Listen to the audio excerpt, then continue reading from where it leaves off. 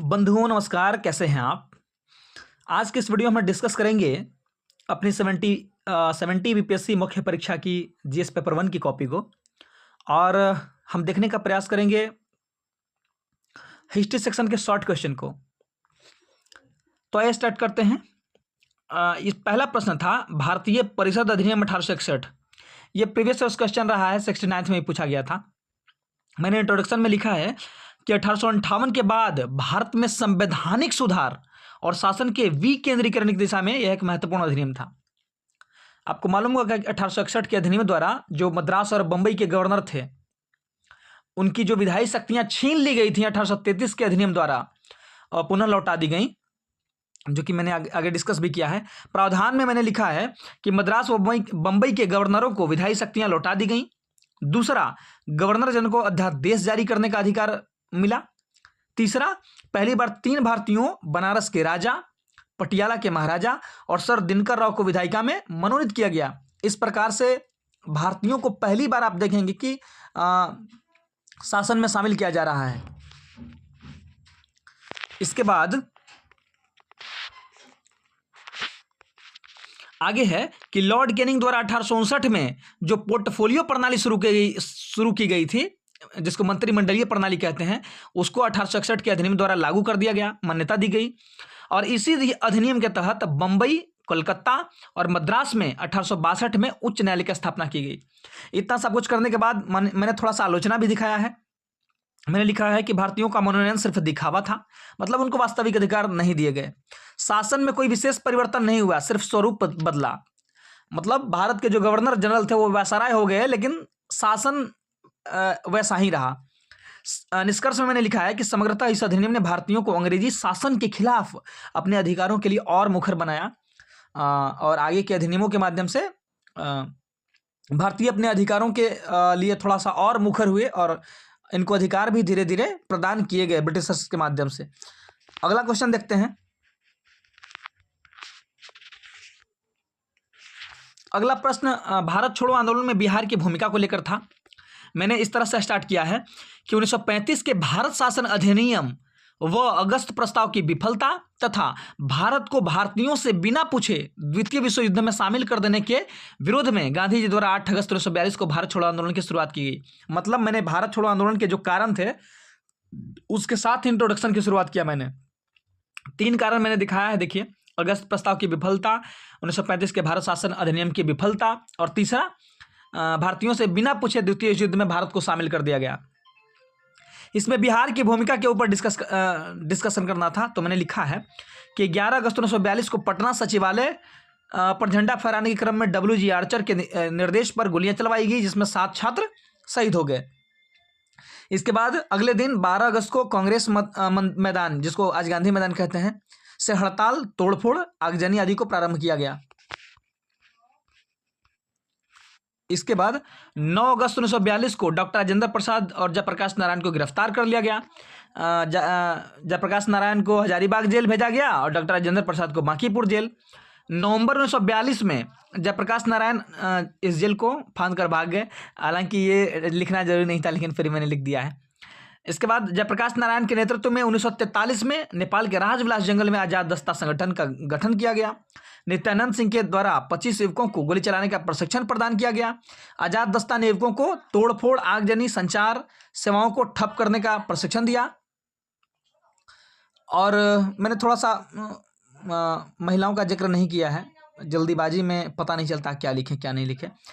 इस आंदोलन में बिहार में 134 व्यक्ति और 134 व्यक्ति मारे गए और 362 घायल हुए। समग्र रूप से बिहार में भारत छोड़ो आंदोलन के इतिहास में अपने योगदान व समर्पण की अमिट छाप छोड़ी। इस तरह से मैंने इसको कंक्लूड किया है। आगे देखते हैं। संथाल विद्रोह था। संथाल विद्रोह को मैंने स्टार्ट किया। संथाल विद्रोह 1855-56 में बिहार के संथाल परगना व राजमहल क्षेत्र में ब्रिटिश औपनिवेशिक नीतियों के खिलाफ आदिवासियों का एक सशक्त व सशस्त्र विद्रोह था। इसके बाद कारणों को डिस्कस किया है। कारण क्या थे भाई संथाल विद्रोह के?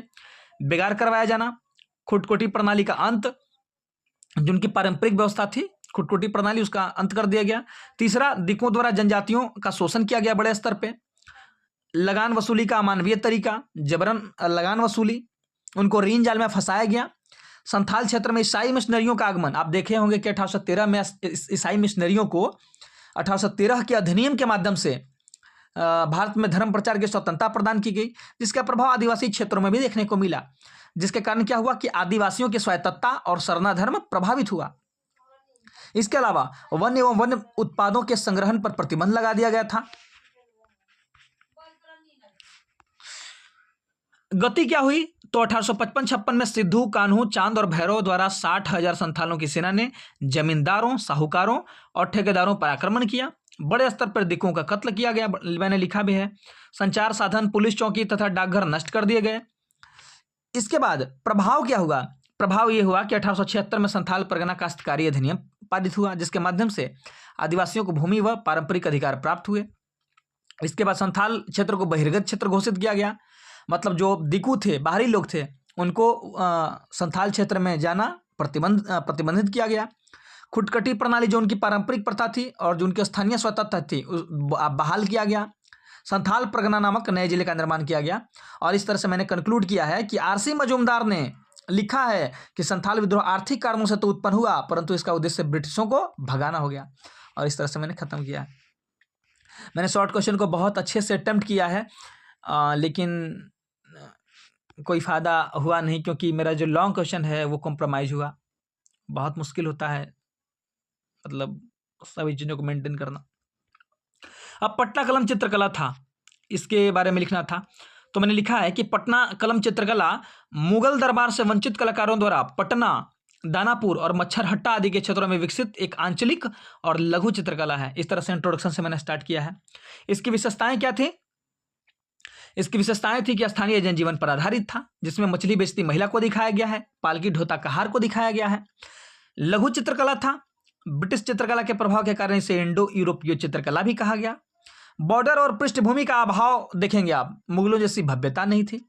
जैसे मुगल चित्रकला में आप जिस प्रकार का बॉर्डर और जिस प्रकार के गहरे रंगों का प्रयोग हुआ है, वो चीज़ इसमें आप नहीं देख पाएंगे। चित्रकार स्थानीय रंगों का प्रयोग करते थे, जैसे मेजेंटा, गहरा नीला व लाल आदि। इसके बाद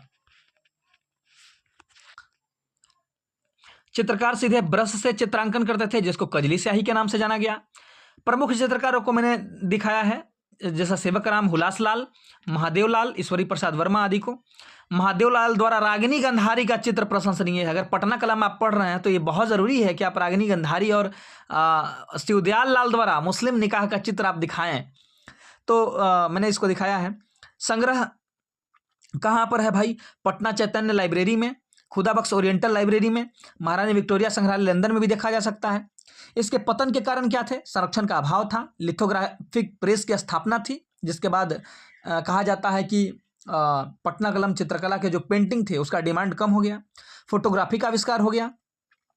और समग्र रूप से 2010 में बिहार सरकार ने इस चित्रकला को उभारने हेतु पटना कलम के तर्ज पर एक कैलेंडर जारी किया। सरकार को इसे संरक्षण और प्रोत्साहन प्रदान करने की आवश्यकता है। इस तरह से मैंने इसको कंक्लूड किया। तो आप बताएंगे कि मैंने कैसा लिखा है, आपको कैसा लग रहा है? आपके विचार, अपने विचार सादर आमंत्रित हैं। अगला था मौर्यकालीन कला और स्थापत्य कला के बारे में लिखना था। मैंने स्टार्ट किया है कि मौर्यकालीन कला हड़प्पा काल से चली आ रही कला परंपरा को स्थायित्व प्रदान करने तथा इसके विभिन्न आयामों के विकास के लिए जाना जाता है। आप देखेंगे हड़प्पा काल में जो कला परंपरा थी उसको स्थायित्व प्रदान किया गया मौर्य कला में, क्योंकि मौर्य काल में आप देखेंगे कि पाषाणों पर चित्रों का चित्रांकन किया गया। आप गुफा चित्र चाहे जो भी है अशोक और दशरथ के द्वारा बनाए गए, चाहे अशोक ने अपने धार्मिक आदेशों को उत्कीर्ण करवाया, तो इस तरह से अस्थायित्व प्रदान किया गया। मौर्यकालीन कला को मैंने दो भागों में विभाजित किया है, दरबारी कला और लोक कला। दरबारी कला में मैंने लिखा है अशोक द्वारा स्तंभों का निर्माण, जिसमें सारनाथ, सॉरी यार मैं मोबाइल से रिकॉर्ड कर रहा हूँ, मेरे पास लैपटॉप नहीं है, थोड़ा मैनेज कीजिएगा। अशोक द्वारा स्तंभों का निर्माण, जिसमें सारनाथ का सिंह शीर्ष प्रमुख है। अशोक द्वारा 84,000 स्तूपों का निर्माण करवाया गया, जिसमें भरहुत और सांची स्तूप को आप देख सकते हैं। अशोक ने बराबर की पहाड़ियों में 4 गुफाओं का निर्माण करवाया। ये सारा चीज दरबारी कला के अंतर्गत डिस्कस कर रहे हैं। लोक कला में आप देखेंगे कि पटना के दीदारगंज से प्राप्त यक्षिणी की मूर्ति, जो कि एक बढ़िया उदाहरण माना जाता है। मथुरा से यक्ष की मूर्ति, लोहानीपुर से 2 नग्न पुरुषों की मूर्ति मिली है जो संभवतः जैन तीर्थंकरों की बताई जाती है। मृदभांडों की प्राप्ति हुई है। चित्रित धूसर मृदभांड का प्रयोग किया गया है। इसके बाद दशरथ ने नागार्जुन गुफाओं का निर्माण करवाया। अशोक के 14 शिलालेखों की प्राप्ति विभिन्न स्थानों से, जो कि मुगल कह रहे हैं, मौर्यकालीन कला का ही उदाहरण है। बालक के कटे हुए सर आप लोक कला में देखेंगे, ये मिले हैं। बलुआ पत्थरों पर चमकदार पॉलिश पत्थरों का प्रयोग किया गया। ये तो मौर्यकालीन कला था। अब स्थापत्य कला दोनों पूछा है, देखिए प्रश्न में पूछा है। बहुत सारे लोग इन दोनों को, मतलब देखिए मौर्यकालीन कला, बहुत सारे लोगों ने यहाँ पर मिसिंग किया है कि मौर्यकालीन कला और स्थापत्य कला दोनों को मतलब एक साथ ही मिला के लिख दिया है, जबकि दोनों को अलग अलग डिस्कस करना था।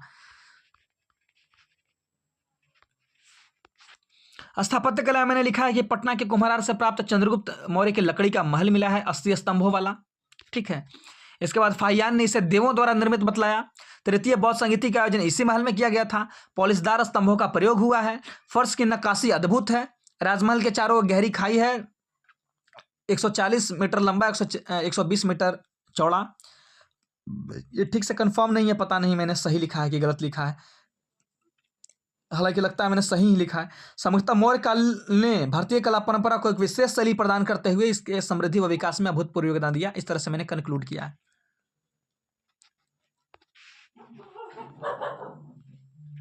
अब लॉन्ग क्वेश्चन है, तो लॉन्ग क्वेश्चन को हम अगले वीडियो में डिस्कस करेंगे। बाकी आज के वीडियो में इतना ही। बाकी ठीक है, टाटा बाय बाय।